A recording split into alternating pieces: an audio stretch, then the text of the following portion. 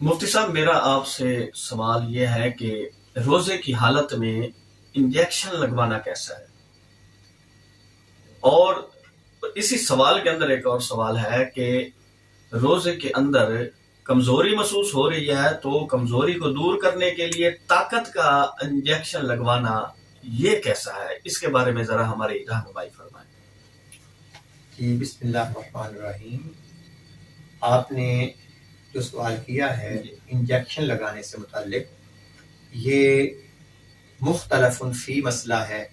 یعنی اس میں علماء کا اختلاف ہے۔ صحیح۔ علماء کا ایک گروہ، ایک جماعت یہ کہتی ہے کہ انجیکشن لگانے سے روزہ ٹوٹ جاتا ہے۔ ان کی دلیل یہ ہے کہ جو دوائی ہے، خواہ وہ منہ کے راستے، حلق کے راستے پیٹ میں جائے اور وہ بیماری کو دور کرنے کا سبب بنے، خون میں جا کر جو ہے وہ شامل ہو کر وہ افادیت دے، فائدہ دے، تو انجیکشن جو آپ لگا رہے ہیں اس کا بھی تو یہی ہے کہ وہ ڈائریکٹ خون میں شامل ہو جاتا ہے، وہ دوائی ڈائریکٹ خون میں جا کر جو ہے وہ شامل ہو جاتی ہے، اس سے جو ہے وہ افادیت اسی طرح ملتی ہے جس طرح دوسری دوائی سے افادیت ملتی ہے۔ اس لیے جو ہے وہ کہتے ہیں کہ انجیکشن لگانے سے روزہ جو ہے وہ ٹوٹ جائے گا، فاسد ہو جائے گا۔ اور ایک جماعت علماء کی یہ کہتی ہے کہ اگر کسی نے انجیکشن لگایا، خواہ وہ وین کے اندر لگایا جائے یا گوشت کے اندر لگایا جائے، دونوں صورتوں میں جو ہے وہ روزہ نہیں ٹوٹتا،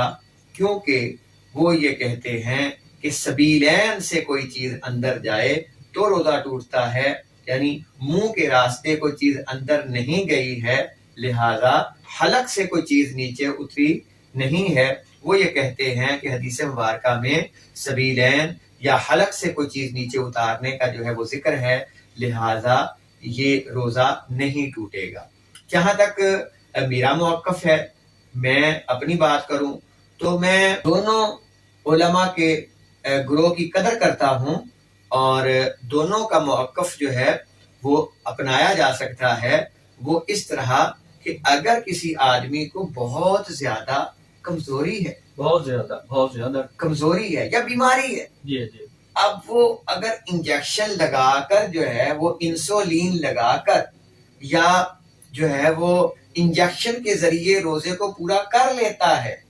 چلے نہ رکھنے سے یہ تو بہتر ہے کہ اس نے رکھ لیا اور ایک مختلف فی مسئلہ جو ہے اختلافی مسئلے کے اندر اس نے جو ہے وہ اس کا سہارا لے لیا، تو اسے تو اجازت دے دی جائے، وہ تو اس سے فائدہ حاصل کر لے کہ چلے اس طرح کر کے اس نے روزہ پورا کر لیا۔ اور ایک آدمی جو صرف اور صرف اس لیے انجیکشن لگائے کہ اس سے طاقت ملے، جی جو آپ نے بات کی، جس سے طاقت ملے، جس سے جو ہے وہ جسم توانا ہو جائے اور جو ہے وہ طاقت آ جائے بلا وجہ، ہاں جی، حالانکہ وہ اس کے بغیر بھی روزہ پورا کر سکتا تھا، لیکن اس نے محض طاقت حاصل کرنے کے لیے طاقت کا انجیکشن لگایا، یا پھر جو ہے وہ ایسے ہی اس نے ایک عام ڈاکٹر نے کہا اس نے جا کے انجیکشن لگا لیا، ہاں جی، اور اس میں احتیاط نہیں برتی، تو ایسے آدمی کو انجیکشن لگانے کی اجازت نہیں دی جائے گی، اس کا روزہ فاسد ہو جائے گا۔ ماشاء اللہ جی۔ تو دونوں آپ نے جو فرمایا کہ دونوں جو جماعتیں ہیں علماء کی، کہ ایک فرما رہی ہے کہ روزہ ٹوٹ جاتا ہے، دوسری فرما رہی ہے کہ جماعت کہ روزہ ٹوٹتا نہیں ہے، تو ان میں سے بہتر یہی ہے کہ اگر گنجائش نکل سکتی ہے تو انجیکشن نہ لگائے۔ احتیاط یہی ہے کہ وہ انجیکشن نہ لگائے، ہاں جی، اور اس کو جو ہے وہ گزارا کرے۔ اور اگر کوئی سبیل، کوئی راستہ نہیں بچ رہا جی کہ جس سے جو ہے وہ انجیکشن لگائے بغیر گزارا نہیں ہے، تو پھر وہ انجیکشن لگا لے اور پھر اپنے روزے کو پورا کر لے۔ تو پھر ان علماء کرام کے جن کے نزدیک انجیکشن لگانے سے روزہ نہیں ٹوٹتا، چلو ان کے تحت بندے کی پکڑ تو قیامت والے دن نہیں ہوگی۔ ماشاء اللہ۔